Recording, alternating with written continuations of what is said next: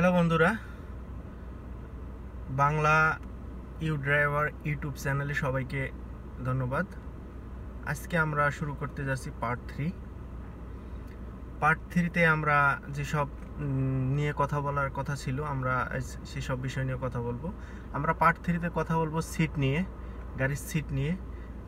আমরা জানি সবাই যে কম বেশি যারা গাড়ি চালাই তারা সবাই সিটটা অ্যাডজাস্ট করে নিতে পারি না। সো সিটটা যদি আপনি প্রপারলি অ্যাডজাস্ট না করে নিতে পারেন তাহলে আপনার ব্যাক পেন হবে, এবং অনেকের মাজা ব্যথা করে, ব্যাক পেন হয়, এগুলা অনেকদিন গাড়ি চালায় অনেকে। তো যাই হোক, আমরা সিটটা যদি সুন্দরভাবে অ্যাডজাস্ট করে নিতে পারি তাহলে আমাদের এগুলা থেকে আমরা অনেক দূরে থাকবো।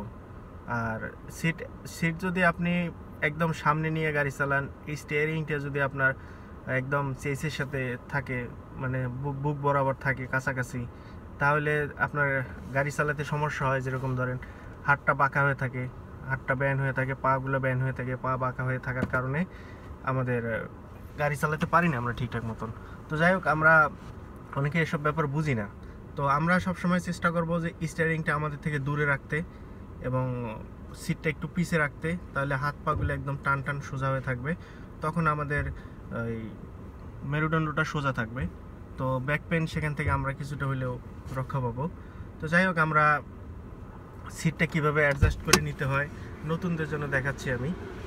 তো পুরানো যারা তারা তো জানেনই সবাই কীভাবে অ্যাডজাস্ট করতে হয়।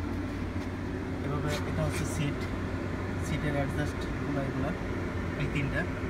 এটা দিলে এটা উপরে নিচে, এটা পিছনে সামনে, এটা সিটের মাঝখানটা, এগুলো দিয়ে আমরা সিট অ্যাডজাস্ট করে নিই। আপনারা এগুলো সুইচ দিলে বুঝতে পারবেন যে কীভাবে অ্যাডজাস্ট হয়। তো আমি যেরকম এটা দিলাম, এটা নিচে দিলাম, সিটটা পিছনে দিকে যাচ্ছে, আবার পিছন থেকে উপরে প্রেস করলে আবার সিটটা উপরে সামনের দিকে আসতেছে।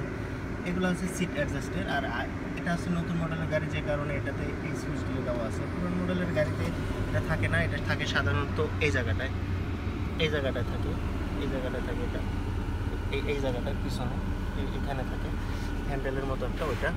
আর স্টিয়ারিংটা কীভাবে অ্যাডজাস্ট করে নিতে হবে সেটা অবশ্যই জানেন সবাই।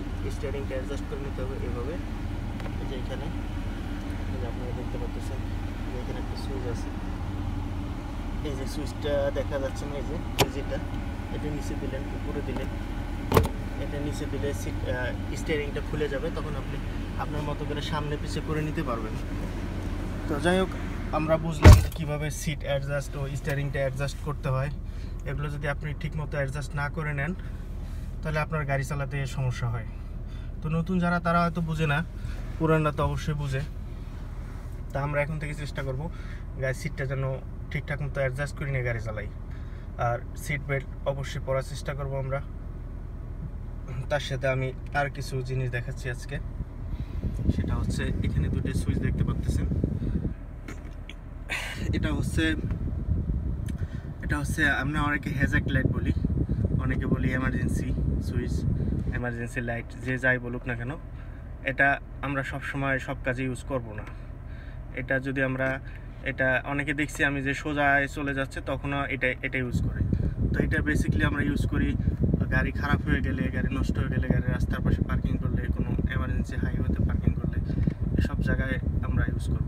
আর অন্য জায়গায় আমরা ইউজ করবো না। অনেকে দেখছি কুয়াশার সময় ইউজ করে, যেরকম ধরেন ফগলাইট নেই যার গাড়িতে, তারা এই সুইচটা ইউজ করে। আসলে এটা ঠিক না, কারণ এটা গাড়ি কমপ্লিটলি স্টপ থাকা অবস্থায় এটা ইউজ করতে হয়। তো যাই হোক, আমরা এটা বুঝলাম। আর পাশে যে একটা সুইচ দেখতে পাচ্ছেন, এটা তেমন কিছু না, আবার অনেক ইম্পর্টেন্ট। এটা হচ্ছে এই আপনার ইয়ারব্যাগ, যেটাকে বলে ইয়ারব্যাগ। গাড়ি অ্যাক্সিডেন্ট হলে যে ব্যাগটা বের হয়ে যায় সেটা। তো এটা এখন ওই সিটে কেউ নাই, এই সিটে কেউ নাই, খালি। সেজন্য এটা দেখাচ্ছে যে প্যাসেঞ্জার ইয়ারব্যাগ অফ। আর যখন এই সিটে কেউ বসবে তখন এই পাশেরটা অন হবে, এখানে লেখা আসবে প্যাসেঞ্জার ইয়ারব্যাগ অন, আর এটা অফ হয়ে যাবে। তো যাই হোক, এটাই আর কিছু না। আর ওই গাড়িতে অনেক নতুন অপশন আছে, অনেক কিছু আছে, সেটা আমি আপনাদেরকে দেখাবো পরে। আর আজকে আমরা আপাতত এখানে শেষ করে দিচ্ছি। তো আমি তো আগেই বলছি যে বেশি কিছু দেখালে আপনারা হয়তো ভুলে যাবেন, বুঝতে পারবেন না, সেজন্য আমি অল্প অল্প করে দেখাচ্ছি একটা পার্ট করে।